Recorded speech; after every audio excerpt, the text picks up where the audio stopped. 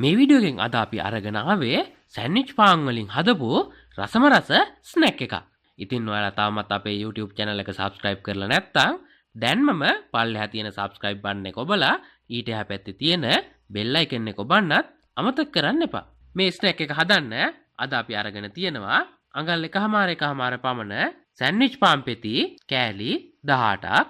ඒ වගේම බිස්කට් කුඩු, තම්බාගත් අල ග්‍රෑම් 250ක් පමණ, පාන් පිටි ග්‍රෑම් 200ක්, සීනු කපාගත් අමු මිරිස්, ලූණු, සීනු කපාගත් කරපිංචා, සැරානුව ගම් මිරිස් කුඩු, ඒ වගේම රසානුව ලුණු. මුලින්ම තම්බාගත් අල මේ විදියට හොඳින් පොඩි කරගන්න. ඊට පස්සේ භාජනයක් ලිපේ තියලා එයට පොල් තෙල් මේස හැඳි 2ක් විතර එකතු කරන්න. පොල් තෙල් ටික රත් වුණාට පස්සේ සාමාන්‍ය ප්‍රමාණයේ කොටුවට කපාගත්ත ලූණු එකතු කරන්න.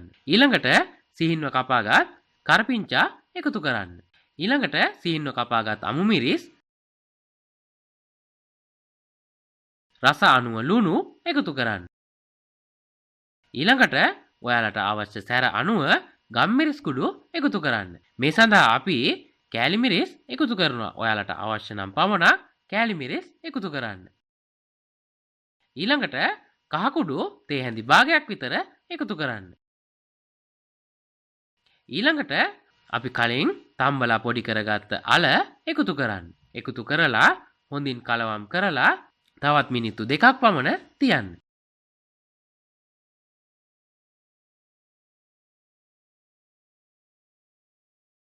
දැන් මේ විදියට ට්‍රේ එකක මේ හදාගත්ත මිශ්‍රණය සාමාන්‍ය ප්‍රමාණය ඝනකමට කොටුවට තුනී කරගන්න.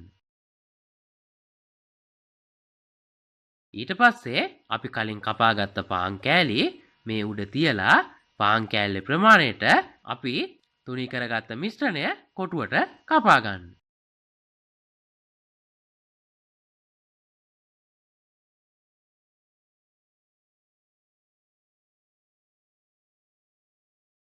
මේ විදියට කපා ගත්තට පස්සේ මේක කොටුවක් අරගෙන එක පාන් කෑල්ලක් උඩින් තියලා තවත් ඒ ප්‍රමාණයට කපාගත්ත පාන් කෑල්ලක් මේ උඩින් තියලා මේ පේන විදියට හදාගන්න.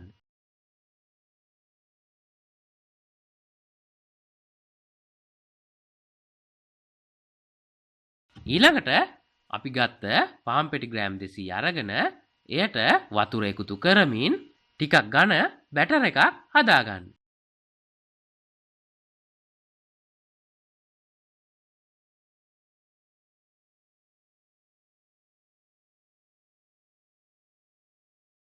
දැන් මේ බැටර් එකට රස අනුව ලුණු එකතු කරන්න. ඊට පස්සේ මේ මිශ්‍රණයට මැදට දාලා හදාගත්ත පාන් එක අරගෙන මේ විදියට මේ බැටර් එකේ දවටලා බිස්කට් කුඩු වල දවටන්න.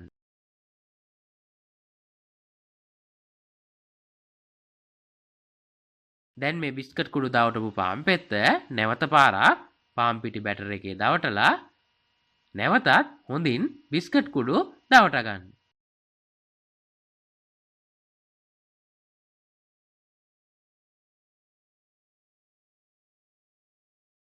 මේ විදියට අපි හදාගත්ත පාන් පෙති ඔක්කොගෙම බිස්කට් කුඩු දවර ගත්තට පස්සේ භාජනයක් ලිපේ තියලා ඒට පොල් තෙල් දාලා ගැඹුරු තෙලේ රන්වන් පැහැවෙන තුරු බෙද ගන්න.